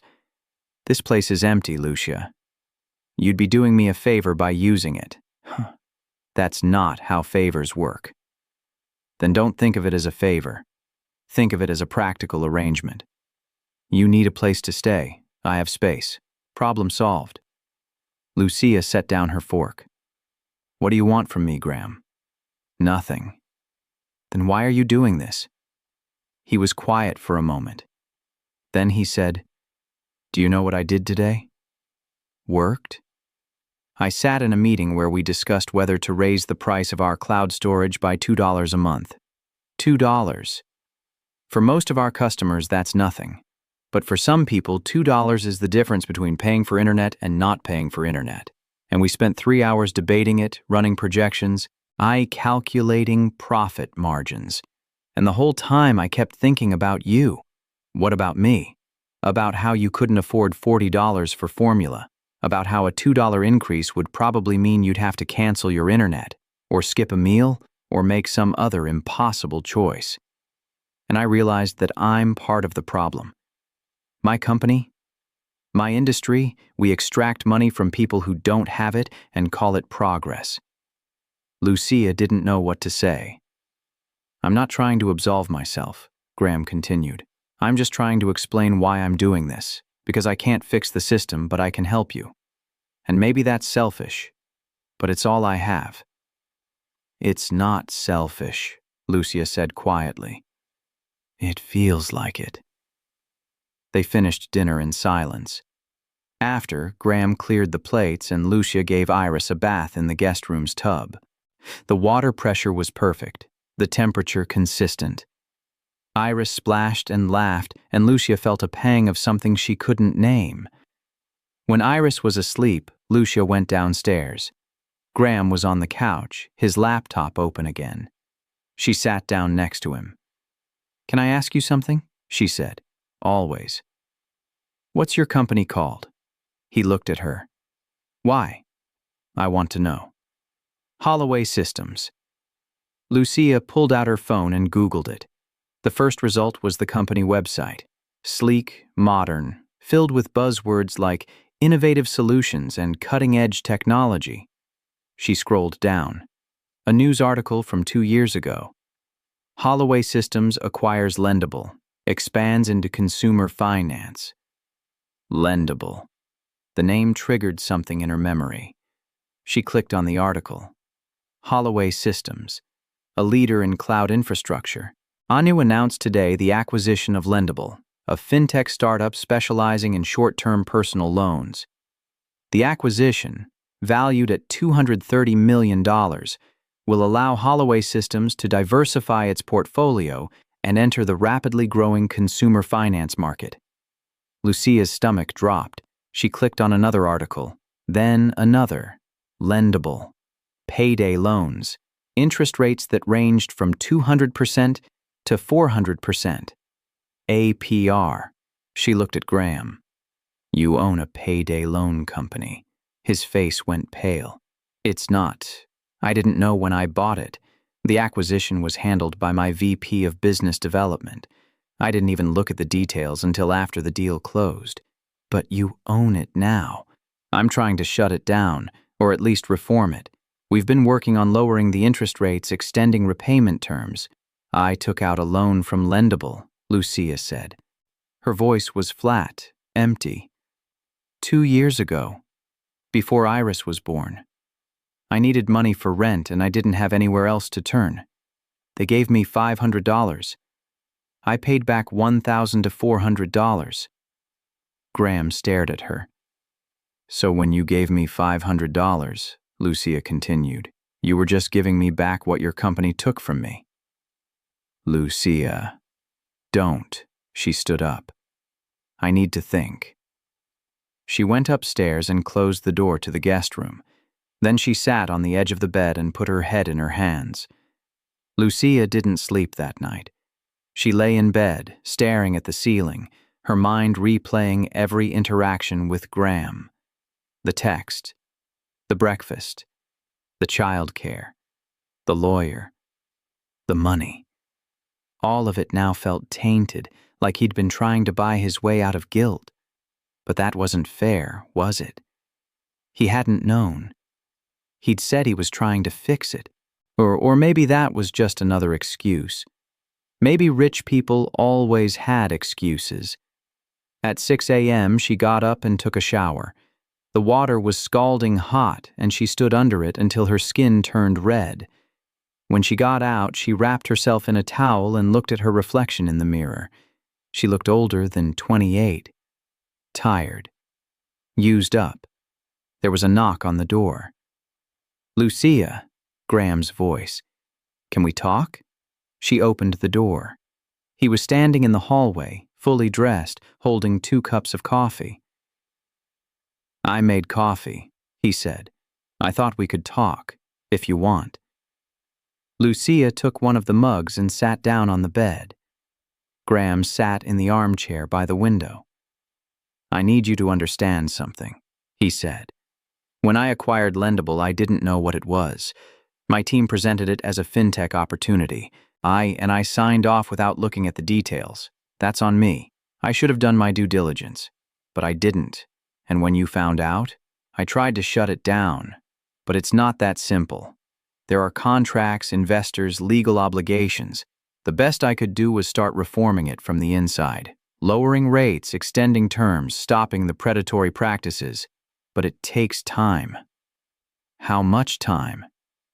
2 years, maybe more. "So in the meantime, people like me are still getting fucked." Graham flinched. "Yes." Lucia sipped her coffee. It was good coffee, probably expensive. "I don't know what to do with this information." "What do you want to do?" "I want to leave. I want to take Iris and go back to my shitty apartment and pretend none of this ever happened. But I can't, because my apartment is uninhabitable, and I don't have anywhere else to go, so I'm stuck here, dependent on a man whose company ruined my life." "I didn't ruin your life." "Your company did. Then let me fix it." "You can't fix it, Graham. You can throw money at me, but that doesn't change the fact that Lendable is still out there, still trapping people in debt. It doesn't change the fact that I had to choose between paying rent and buying food because of a loan I should never have taken out in the first place." Graham was quiet. Then he said, "You're right. I can't fix it. But I can do better. And I am doing better. It's just not fast enough." Lucia looked at him. He seemed smaller somehow, diminished. For the first time since she'd met him, he looked vulnerable. "I need time," she said finally. "To think. To figure out what this means." "Okay, I take all the time you need." He stood up and left. Lucia heard his footsteps on the stairs, the sound of the front door closing, the engine of his car starting. Then silence. She picked up her phone and Googled Lendable again. She read articles about predatory lending, about people who'd lost their homes because they couldn't repay payday loans. She read testimonials from borrowers who'd been harassed by debt collectors, threatened with lawsuits, ruined financially.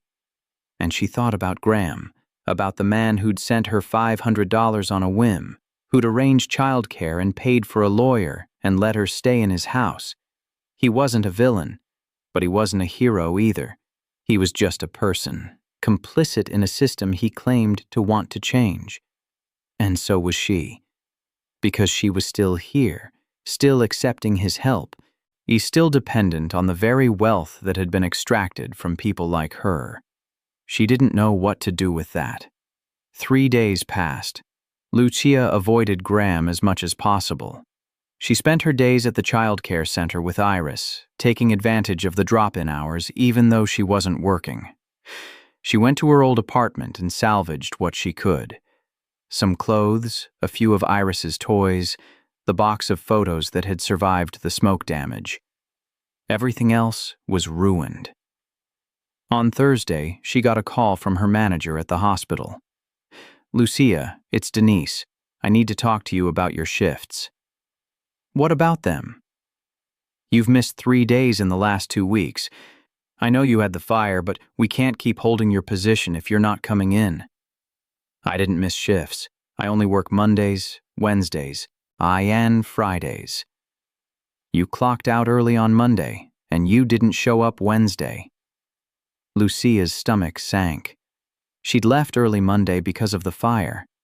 And Wednesday, she'd completely forgotten. She'd been so consumed with the Graham situation that she'd lost track of her schedule. "I'm sorry," she said. "It won't happen again. I'm going to have to write you up. One more incident and we'll have to let you go." "I understand." Denise hung up.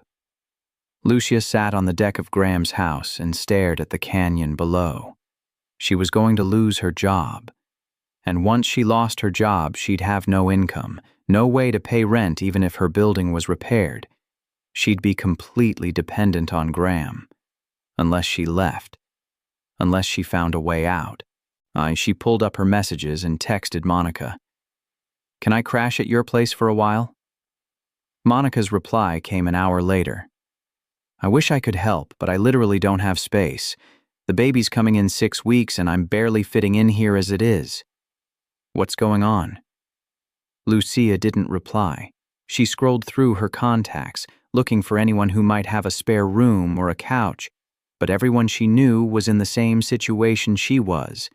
Barely scraping by, no extra resources, no safety net. Her phone buzzed, a text from Graham. "Are you home? We need to talk." She typed, "I'm on the deck." He appeared a few minutes later. He sat down in the chair across from her and folded his hands in his lap. "I've made a decision," he said. Lucia waited. "I'm shutting down Lendable immediately. I don't care about the legal complications or the investor pushback. It's done." Lucia stared at him. "You can't do that." "I can.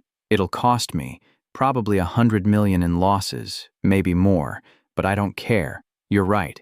It's a predatory business, and I can't keep running it just because it's profitable." "What about the people who work there?" "I'll offer severance packages, and I'll set up a fund to help borrowers pay off their outstanding loans." "That's insane." "Maybe, but it's the right thing to do." Lucia didn't know what to say. This was too much, too grand a gesture. It felt like he was doing it for her, to prove something, and that made it worse. "You don't have to do this," she said. "Yes, I do. Not for me. Don't do it for me. I'm not doing it for you.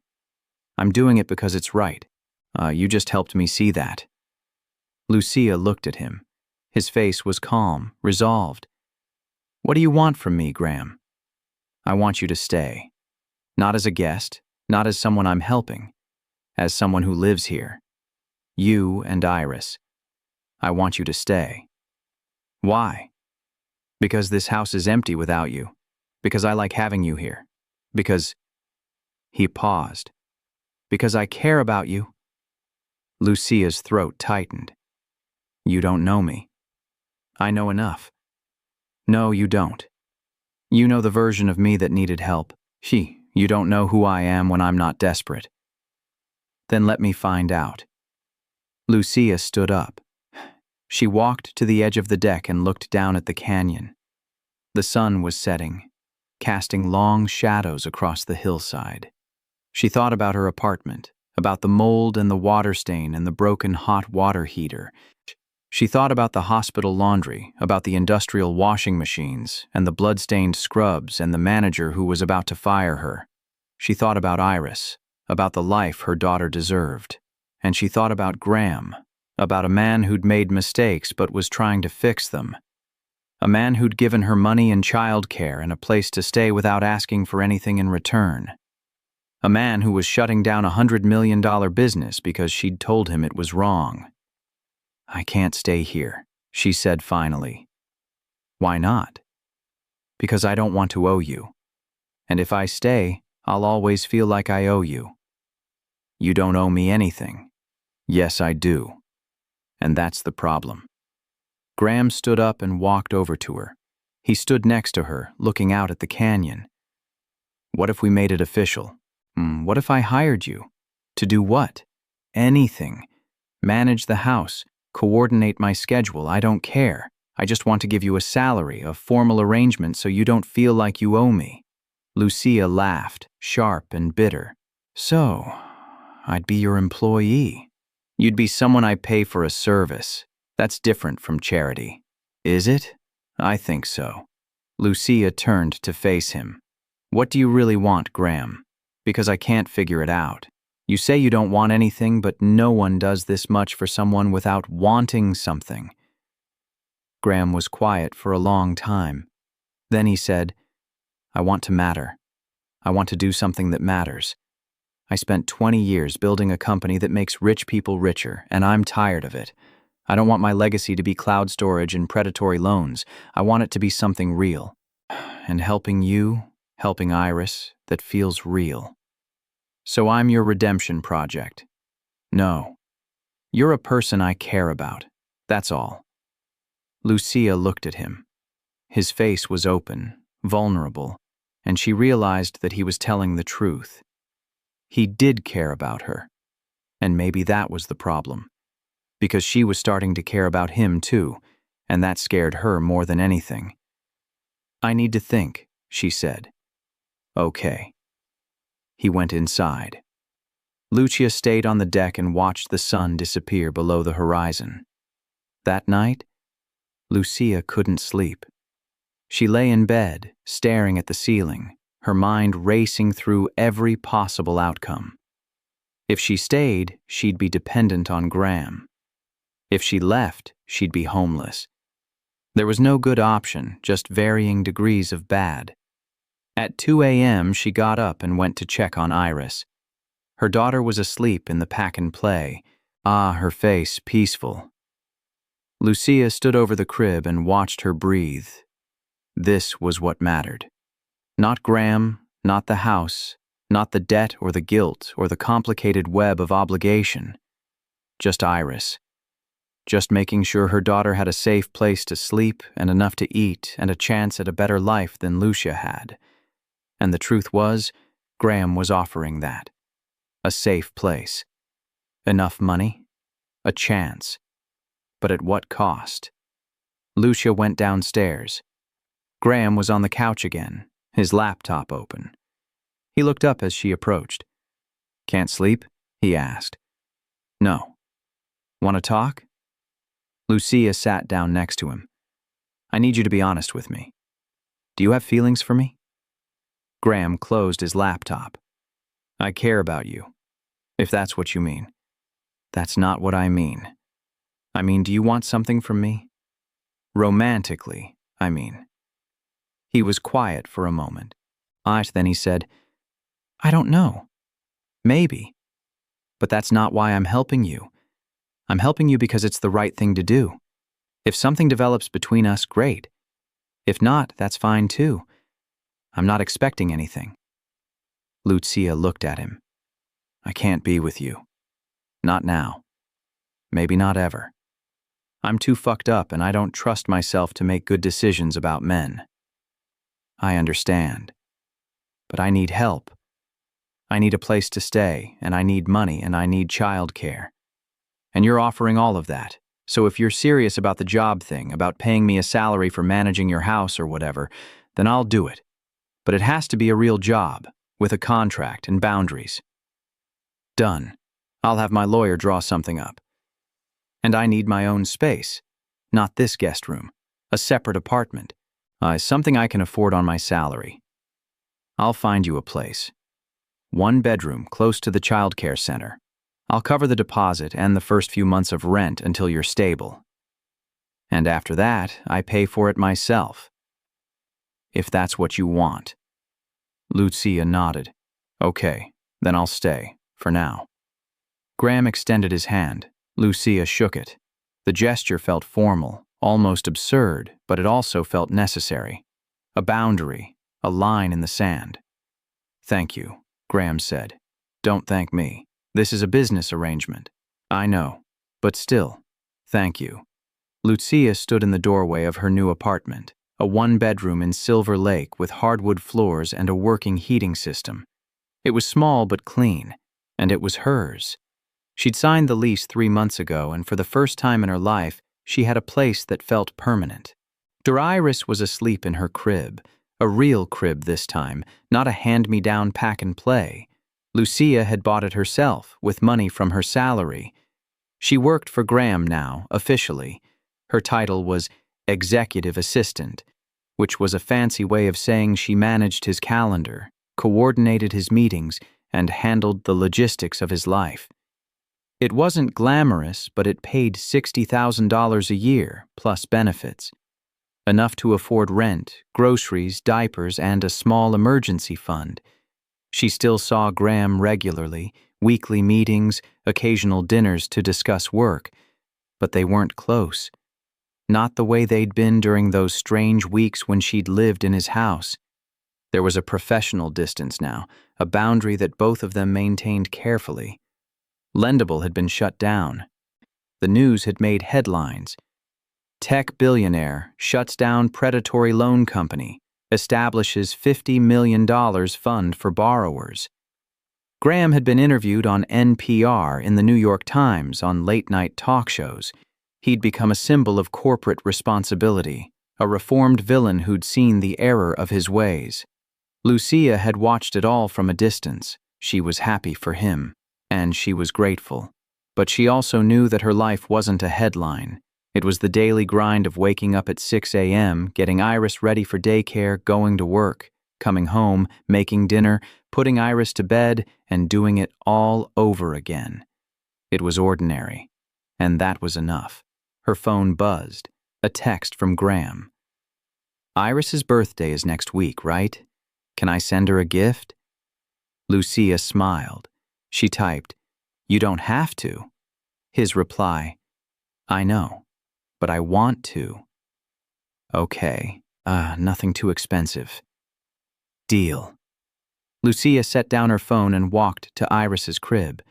Her daughter was 10 months old now, almost walking. She had Lucia's determination and Derek's dark eyes, and she was perfect. Lucia didn't know what the future held. She didn't know if she'd stay in Los Angeles, if she'd keep working for Graham, if she'd ever go back to school.